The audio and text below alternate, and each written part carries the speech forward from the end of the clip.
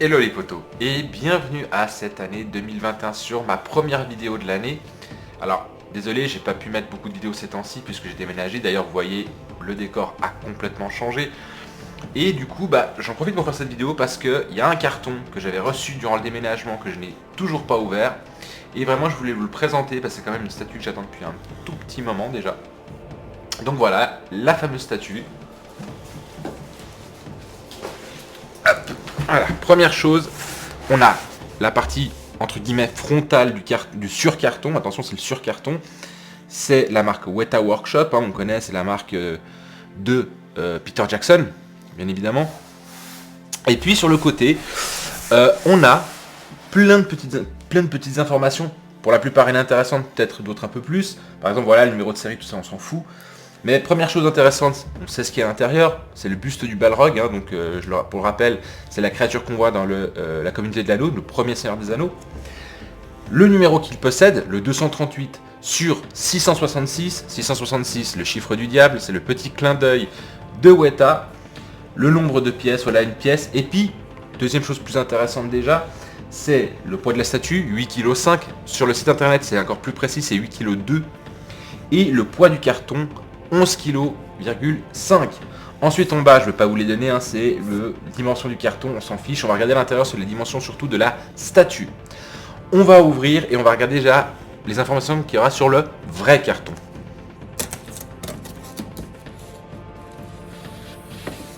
Bah ça y est, le surcarton est enlevé et donc je vous présente maintenant le carton, le vrai. Alors personnellement, je le trouve plutôt sympa. Ce que j'aime bien chez Weta, première chose, c'est que vous pouvez ouvrir, il y a une espèce de volet qui est aimanté, donc vous ouvrez ici, hop, et vous avez plein d'informations. Alors attendez, je vais essayer de vous le montrer le plus possible, ce carton est quand même gros. Donc voilà, des photos, déjà, on a la photo de la statue, la photo ici, je sais pas si vous verrez bien, à pire des cas, attendez, je vais essayer de vous le montrer ici, justement, on voit bien justement les créateurs, les moulages, la peinture et tout. Et puis après ici vous avez plein de petites informations, tout en anglais bien évidemment, sur l'histoire du Balrog, sur l'histoire voilà, c'est marqué Behind the scenes at the Weta Workshop, comme ils travaillent, comme ils font plein de trucs et tout ça. Ensuite, si on ferme le volet, il y a très peu d'informations. Honnêtement, il n'y a pas. Déjà, il y a pas le. Je suis un peu déçu, il n'y a pas les dimensions de la statue en elle-même. C'est juste 28. Je sais que les dimensions sont de 28 sur 49 sur 30. Voilà. Le poids, on en a parlé tout à l'heure, 8,2 kg. Et puis vous avez juste ici Limited Edition 666. Voilà, une petite pastille. Sinon, le carton, ensuite, l'impression est plutôt sympa. C'est un mélange un petit peu de brillant avec du mat. Enfin, voilà, on connaît un petit peu ce travail chez Weta. Rien d'autre à dire par rapport au carton, à part qu'il est plutôt correct. On va passer maintenant au montage de la statue pour voir comment elle est fabriquée. Alors ça y est, le carton est ouvert, le polystyrène sorti. Alors petite note vraiment hyper intéressant de la part de Weta, c'est pareil con, mais j'ai réussi à sortir le polystyrène facilement du carton. Ils ont mis des poignées sur le polystyrène, pas tout le monde le fait. Donc voilà. Parenthèse terminée. Première chose que j'ai vue dans le carton, la prise, puisque la pièce, donc la statue contient un light-up. Donc on a la prise, on a le transfo qui va avec, et puis le petit détail qui tue, mine de rien, un adaptateur. C'est con, mais voilà, on a la prise Europe, on a voilà, la prise française, donc vraiment le câble de base c'est une prise française. Donc vraiment, voilà, c'est vraiment, ils ont pensé à tout, et même à ça. La première grosse pièce de la statue, je vais vous la présenter, c'est le socle. Alors, il n'y a pas grand chose à dire de ce socle là, à part que il est hyper sobre, il est tout noir. Et puis il a une particularité, cette statue, c'est que soit on peut le mettre sur un mur, comme ça, pam. Et puis on peut mettre le Balrog, le buste du Balrog comme ça. Soit on peut le poser et mettre le buste du Balrog comme ça. C'est à vous de choisir. Moi personnellement, je suis plutôt quelqu'un de frileux. Je vais éviter de suspendre cette pièce qui fait 8,5 kg à un mur. Même si j'ai des bonnes chevilles, je le ferai pas. Je vais plutôt le poser comme ça. Mais donc voilà, c'est vraiment un socle hyper basique, avec à l'arrière de nouveau les petites informations.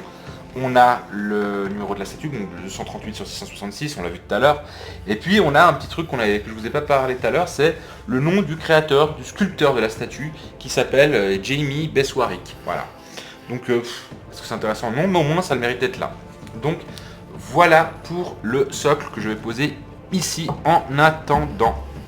Donc, maintenant j'ai sorti la deuxième pièce, et l'unique dernière pièce d'ailleurs.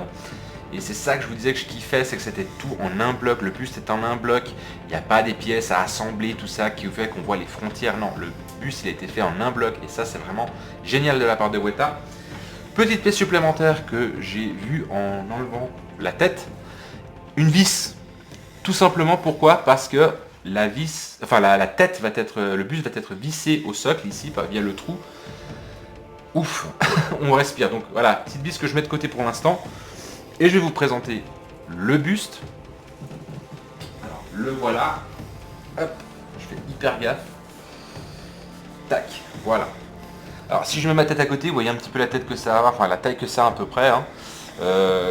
Assez impressionnant. Je vais juste essayer de le mettre et voir comment ça se place sur le socle, sans le visser, hein, mais donc je vais juste passer, voir comment il se place. Et je vais vous laisser juste le temps du montage, juste de pouvoir visser, et on regardera au final ce que ça donne. Alors on va juste regarder ensemble. Hop, je vais regarder comment ça se place. Je vais regarder derrière. Ok, c'est l'air assez simple. Voilà. Hop, ça y est. Il est placé. Il reste plus qu'à le visser pour une question de sécurité, mais franchement, ça rentre tout seul. C'est super bien foutu. Je vais juste le visser, puis on se retrouve tout à l'heure. Bah ça y est, j'ai vissé cette fameuse tête sur ce socle pour plus de sécurité. C'est vrai que là, je peux respirer un peu mieux parce que quand même, une statue qui vaut cher. On en parlera après du prix. Hein. Mais voilà, alors forcément, moi je vois le buste comme ça et je fais un comparatif parce que je possède déjà le buste de la marque Sideshow, du Balrog. Et je constate, première chose, que ce buste-là est quand même plus petit et qu'il en impose forcément un peu moins. En revanche, là où il est très intéressant par rapport à celui de Sideshow, c'est le détail. Par exemple, alors sur la tête déjà, ce qui est intéressant, c'est que c'est vraiment les cornes noires. Toute la face est noire parce que si vous regardez dans le film, il n'y a pas de feu qui transparaît à travers ces cornes. Or dans le Sideshow, on voit vraiment comme des espèces de rainures tout le long de ces cornes, comme s'il y avait le feu qu'on voyait à travers ces cornes, ce qui est faux. Là, celui-là est beaucoup plus fidèle à la réalité. Deuxième chose, comme je vous disais, voilà, là on regarde le coup sur le côté, c'est très intéressant. Vous voyez, ici déjà on voit qu'il y a énormément de travail de peinture et de résine, les deux. Et on sait déjà qu'à mon avis, le light-up ici, il va faire un sacré effet. Ensuite, les flammes, moi je suis jamais très fan de tout ce qui est résine transparente. Celle-là, elle est semi-opaque, elle n'est pas complètement transparente. Et vraiment, j'attends énormément du light-up pour vraiment que la pièce devienne vraiment magnifique. Parce que moi, encore une fois, le côté un peu transparent de la résine, ça me dérange toujours un petit peu. Et ce que j'attends le plus d'ailleurs du light-up, hein, parce que vraiment c'est une statue à light-up, c'est vraiment, je pense, celle-là, on peut pas s'en passer du light-up, c'est la bouche. Quand j'avais vu la vidéo de présentation, on avait vraiment vu le côté où on voit le bleu arriver dans sa bouche, puis hop, la flamme qui arrive. J'attends vraiment beaucoup de ça. D'ailleurs, la langue, pareil, est en résine transparente, donc on part dans l'idée qu'elle va s'allumer. Donc voilà, ça reste quand même une très belle statue au niveau de la peinture, assez simpliste, hein, puisque je vous rappelle que c'est quand même toujours du noir. Il y a quelques petites touches d'orange autour de ses yeux et autour de son nez. Et encore une fois, je pense que pareil, le light-up passera par là, la lumière passera par là. Donc très belle statue. Je vous montre un petit détail. Ici à l'arrière, on a la prise light-up. Et ici, le bouton d'arrêt et de marche. Je vais la brancher devant vous. Et comme ça, on va regarder ensemble l'effet que ça donne. Alors, j'y vais. J'ai déjà préparé la prise. Je branche. Hop, je vous mets à 0. Comme ça, je vous l'allume en même temps. Hop, voilà. Et c'est parti. Et vous me direz ce que vous en pensez sur les commentaires. Voilà, il se fait un peu bleu. Hop, et là, ça commence.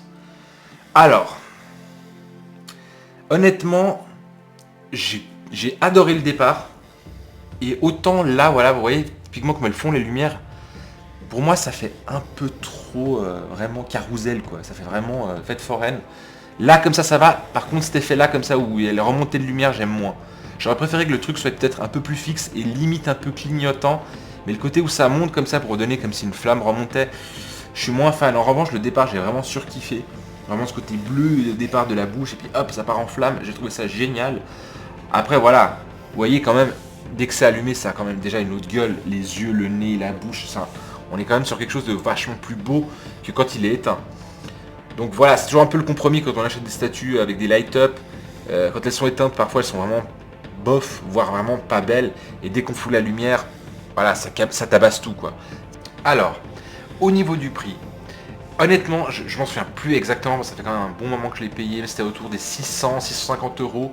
Après, bien évidemment, ça varie, hein, que vous soyez en Belgique, au Québec, en France, en Suisse, voilà, ça dépend. Mais j'avais payé entre ça, 600, 650 euros. Alors, est-ce que je trouve le prix justifié? Écoutez, moi je trouve ça plutôt correct, uniquement pour la qualité de la statue. Il faut savoir que Weta, ça reste quand même un studio qui est quand même plutôt correct avec ses prix, hein. Si je prends par exemple Prime One, là vous avez des prix de ouf.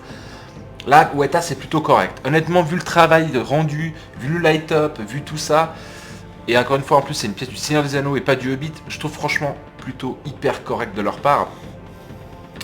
Après, voilà, moi ce que j'en remarque aussi, c'est que Weta réussissent hyper bien tout ce qui est voilà, les orques, les gobelins, les ourcailles, voilà. Mais dès que c'est des humains, c'est la peinture, la sculpture est moins bonne. Là, de nouveau, c'est le Balrog, c'est plutôt bien foutu. La bouche de Sauron, je l'ai vue, elle est plutôt bien faite, même très bien faite. Et puis à côté, par exemple, 30 d'huile sur son élan, il est un peu moins bien réussi. J'ai l'impression qu'ils, je sais pas, ils sont peut-être plus doués pour faire des créatures comme ça, imaginaires, peut-être aussi plus faciles. Enfin bref, je reviens dessus, je trouve que 600, 650 euros pour cette statue, ça vaut clairement la peine.